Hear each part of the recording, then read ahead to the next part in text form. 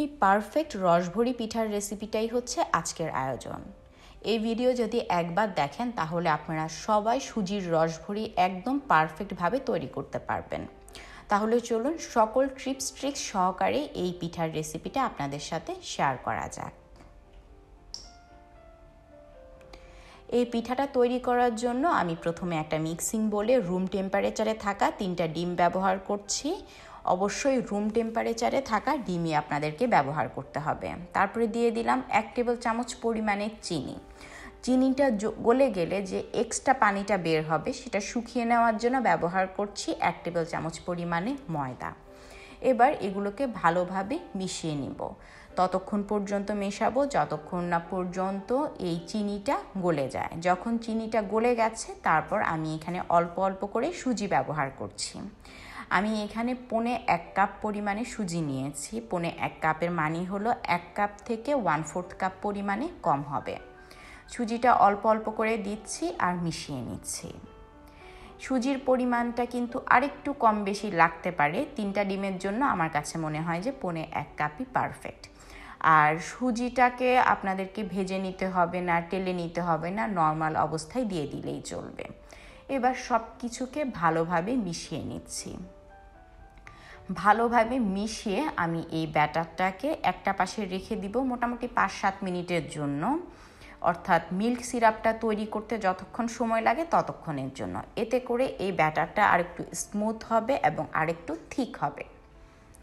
ব্যাটারটা একটা পাশে রেখে আমি একটা হাঁড়িতে এখানে নিয়ে নিলাম 2.5 কাপ পরিমাণে পানি। এতে দিয়ে দিচ্ছি 3-4টা আস্ত এলাচ। এবার ব্যবহার করছি 1/2 কাপ পরিমাণে চিনি। মিষ্টিটা নিজের পছন্দ মতো আপনারা চাইলে আরেকটু বাড়িয়ে দিতে পারেন। তারপরে দিয়ে দিচ্ছি 1 কাপ পরিমাণে একদমই ভরপুর করে নেওয়া মিল্ক পাউডার। আপনারা যে মিল্ক পাউডারটা ব্যবহার করছেন সেটা যদি ঠান্ডা পানিতে গুলে যায় তাহলে ঠান্ডা পানিতেই মিল্ক পাউডারটা দিয়ে দিবেন। আবার অনেক মিল্ক পাউডার আছে একটু কুসুম গরম পানিতে খুব ভালো করে মিশে, সেক্ষেত্রে কুসুম গরম পানিতে দিতে পারেন। আর আপনারা যদি মিল্ক পাউডার ব্যবহার না করে লিকুইড মিল্ক দিয়ে পিঠাটা তৈরি করতে চান সেই ক্ষেত্রেও 2.5 কাপ পরিমাণে লিকুইড মিল্ক আপনাদেরকে নিতে হবে। মিল্ক পাউডারটা মিশে গেছে। এবার আমি এখানে দিয়ে দিচ্ছি সামান্য পরিমাণে ফুড কালার। এই ফুড কালারটা কিন্তু অপশনাল, দিলে জাস্ট পিঠার কালারটা সুন্দর আসে, এজন্য আমি ব্যবহার করছি।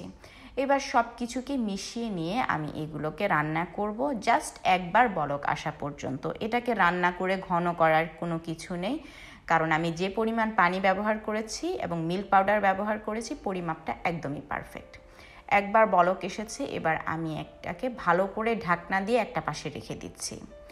অন্যদিকে আমি যে মিশ্রণটা তৈরি করেছিলাম ব্যাটারটা, এর মধ্যে দিয়ে দিলাম 1 টেবিল চামচ পরিমাণে ভ্যানিলা এসেন্স এবং দিয়ে সব কিছুকে ভালোভাবে আরেকবার মিশিয়ে নিচ্ছি।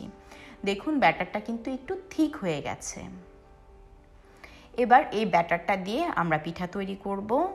এরকম ঘনত্বের ব্যাটার দিয়ে পিঠা তৈরি করলে পিঠা একদম গোল হবে এবং পারফেক্ট হবে।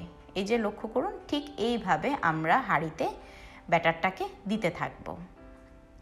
আচ্ছা, যে তেলটা ব্যবহার করছি পিঠাগুলি দেওয়ার জন্য সেই তেলটা কিন্তু খুব বেশি গরম করিনি, হালকা গরম তেলের মধ্যেই পিঠাগুলো দিয়ে দিচ্ছি। পিঠাগুলো দেওয়ার কিছুক্ষণের মধ্যে যদি এগুলো এরকমভাবে ভেসে ওঠে তাহলে বুঝতে হবে তেলের গরম এবং পিঠার ব্যাটার দুটোই খুব পারফেক্ট হয়েছে। আমি পিঠাগুলোকে এইভাবে দিয়ে দিচ্ছি রাউন্ড রাউন্ড করে। এই যে একটু ছোট ছোট কোনা টোনা বের হয়েছে এটা কিন্তু কোনো ব্যাপার না, কারণ এগুলোকে যখন আপনি মিল্ক সিরাপে দিয়ে দিবেন তখন কিন্তু এটা একদমই রাউন্ড হয়ে যাবে আর এগুলো বড় হয়ে দ্বিগুণ হয়ে যাবে।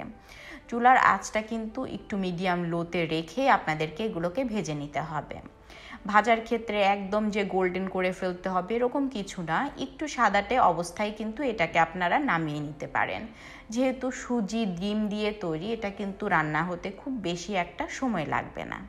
এই যে ঠিক এই রকম অবস্থায় আমি এগুলোকে হাঁড়ি থেকে সরিয়ে নিচ্ছি। হাঁড়ি থেকে সরিয়ে আমি সরাসরি এগুলোকে মিল্ক সিরাপে দিয়ে দিচ্ছি। বলেছিলাম না মিল্ক সিরাপে ঢাকনাটা দিয়ে রাখতে হবে। কেন বলেছিলাম? যাতে করে এই মিল্ক সিরাপটা গরম থাকে। ঠান্ডা মিল্ক সিরাপে পিঠা দিলে পিঠা কখনোই ফুলবে না। তাই গরম গরম মিল্ক সিরাপে আপনাদেরকে এই পিঠাগুলোকে দিতে হবে।